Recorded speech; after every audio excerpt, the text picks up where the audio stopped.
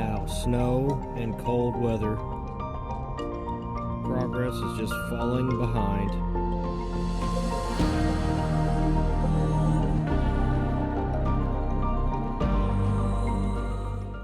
We got this boat from a salvage yard in Mobile, Alabama, and pulled it home with my Ford F450. We removed the Mercruiser gas-powered engines so we can replace them with a set of Yanmar diesels I got from another salvage boat I bought out of Florida. This boat needs an overwhelming amount of work before she is ready for our Great Loop adventure. So join me on this series of videos to see if we can achieve our goals.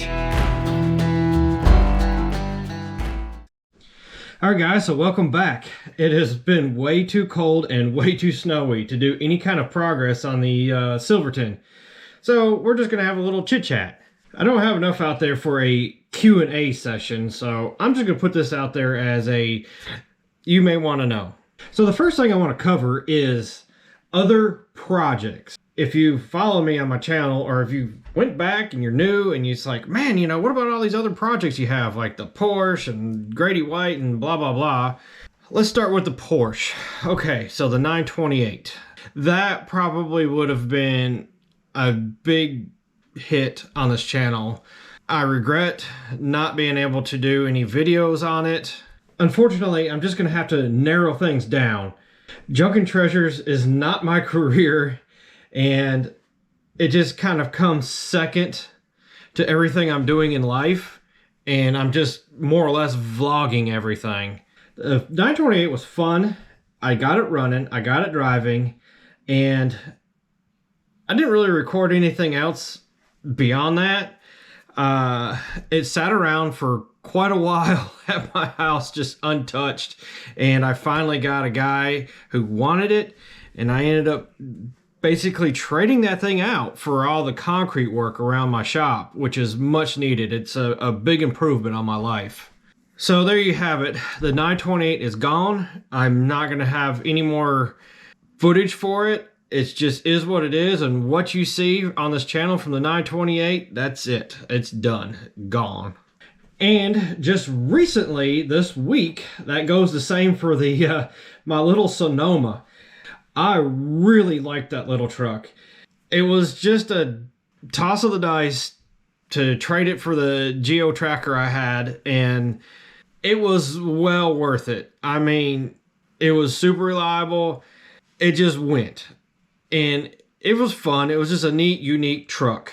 However, I've been kicking around the idea of getting rid of it because I need something a little more presentable. I got the fiberglass business going, and I am going to see customers that own, you know, 6 and 7 digit boats, even though I don't really care much about what people think about me.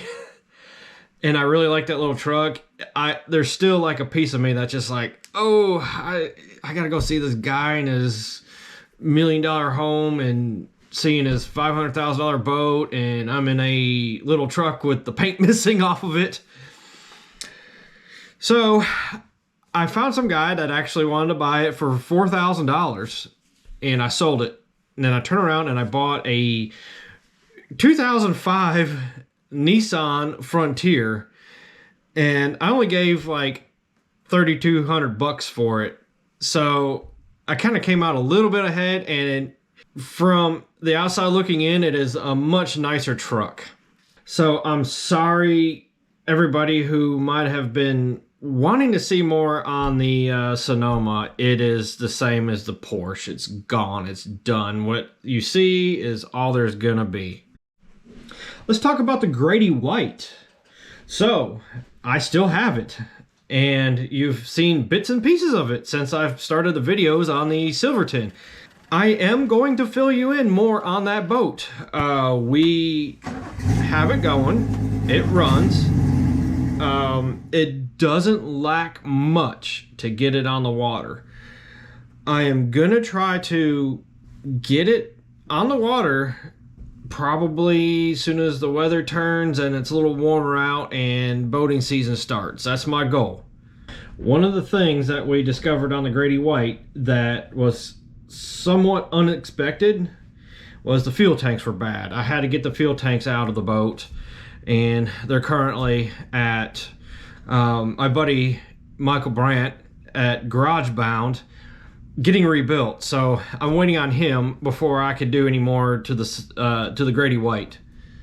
So all that being said, I have no time for any more projects. So as I mentioned kind of a couple episodes back on my Silverton reboot, I'm mostly just gonna focus on that project, on Junk and Treasures.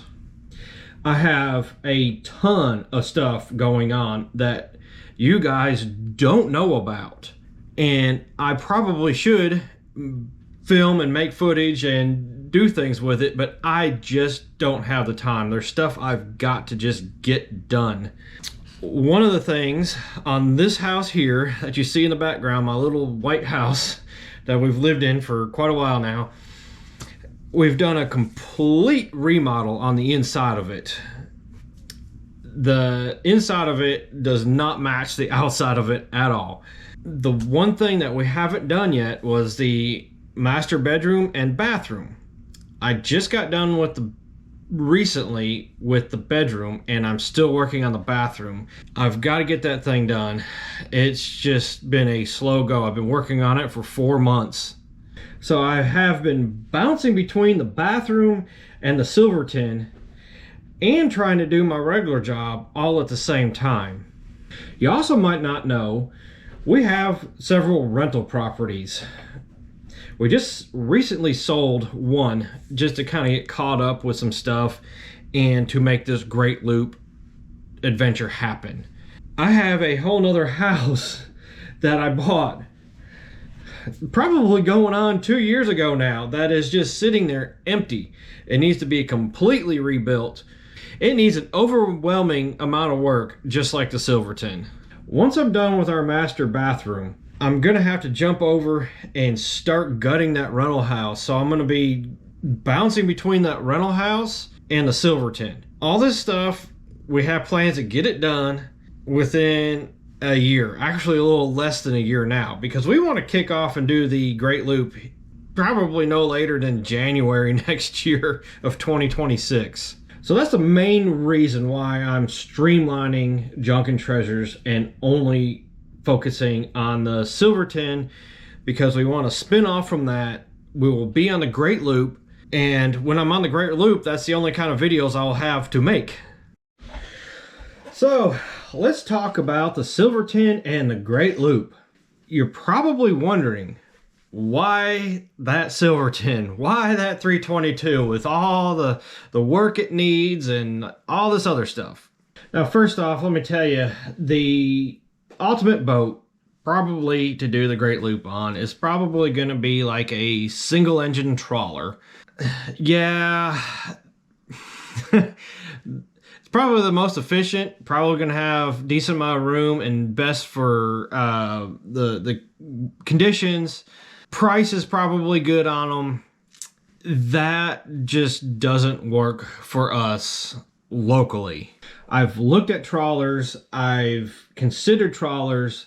The thing you got to realize is where I'm at in Tennessee, I'm on Lake Chickamauga, which is a reservoir lake off of the Tennessee River.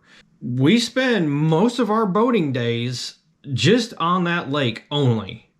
We do what most people do on this lake, which is just walk down to the marina, get on our boat, drive it out maybe like a mile or two, and anchor it down and swim off of it, relax, whatever. A trawler just isn't built for lake life. It is just not. So I don't want to put all this work into a trawler and use it basically just for the Great Loop, and that's it. The 322 is just an excellent hangout boat. It's going to have that big swim platform on it. It's going to be fun for all the nieces and nephews we have, just me and her, to spend the night on it somewhere. We have hot summers here and really nice fresh water. So when we go anchor out, we probably spend 60% of the time in the water, not on the boat. After determining a trawler was not for us, We looked at a lot of different boats. We've looked at carvers. We've looked at other sea rays. We've looked at boats from the size of the Silverton all the way up to like 50 foot. We came really close to buying a carver. I think it was like a 40 or 45 foot boat. It probably needed a lot less work and we could have gotten it for a decent price. At the same time, I kept eyeballing the Silverton and I seem to be attracted to junk. It needed the most amount of work. It was also the cheapest. Like I said before, it was darn near free.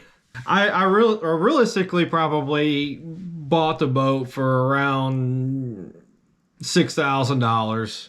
I think I gave the guy Sam that had it, I think I gave him like $2,000 and a jet ski for it. There's two reasons why I kept getting drawn to the Silverton. Number one, it's not a very big boat. I knew it would be kind of pushing it, but I knew I could probably go get that boat myself with my F450 and this rickety trailer that I got. That way I didn't have to worry about getting a transport company to load it up, and it'd be like $10,000 or more to get it from Alabama to here. And then when I'm done with it, I can also transport it myself to the lake and get it in the water myself versus paying for a transport company and professionals other than myself to put it together and get it in the water. Yes, I would probably prefer to have something a little larger, but if I go any bigger than what I'm at, then you run into big boat problems like, okay, we need a semi to move this thing, permits, all this other stuff. I mean, technically on the books, I probably needed permits to move the Silverton, but we'll not go there. I just felt more comfortable with the Silverton because of its size. And I know if I ever have any problems with it where it needs to come out of the water, I could get it out of the water myself. And I could get it back to my house myself if needed. So that's probably the number one reason why I really was drawn to that boat. Number two, I knew we could kind of make it our own. I wanted a diesel boat, so that was one of the big requirements we wanted. I knew with that boat, I could afford to buy a set of diesels from another boat or something like that. Basically exactly what I did, and outfit it exactly the way we want it to be for doing the Great Loop. Also, the 322 for a slightly over 30-foot boat. I think the LOA on it is, I don't know, like 34 feet or something like that. So an under 40-foot boat, it's got, with its sidewalk design and the way it's laid out, that boat has equivalent amount of room on it as like an over 40-foot boat. So that's what really made it appealing to it. The rear aft cabin stateroom is not nearly as roomy as what I was hoping for, but you got to make sacrifices somewhere with an under 40-foot boat. But like I said, it was a huge undertaking, or it is a huge undertaking. And why am I not bothered by that? Well, because I'm used to it. Every single boat we've ever bought always needed some sort of work. And I've bought and sold a lot of boats over the years. I want to say in the past 20 years, we've potentially owned like around 50 boats.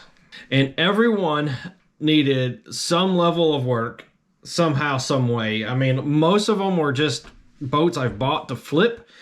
And about once or twice a year, we would buy one to keep for ourselves. I started out with little bow riders and worked my way up into cabin cruisers. I've had a bunch of Sea Rays, and this is actually my second Silverton. The one I had before this, I really like that boat. I probably wouldn't have gotten rid of it if I didn't really want to do the loop so much. It was an excellent lake boat. It was a Silverton 312. If you go back a couple years ago on my channel, you'll see that boat. And that 312, I'm telling you, those boats are very underrated. I feel like there's a lot of good on those boats. That in the price, I don't know why. Like you go look at those boats for sale, they're only like $25,000, and I think that's a lot of boat for the money. All right, that's probably enough chit chat. We're gonna have a warmer weather this coming week, so hopefully I'll have some more good footage to give you. We have a lot to do. So anyway, thanks for watching this one. Like and subscribe, comment. If you got any questions, let me know. So hopefully I'll see you next week.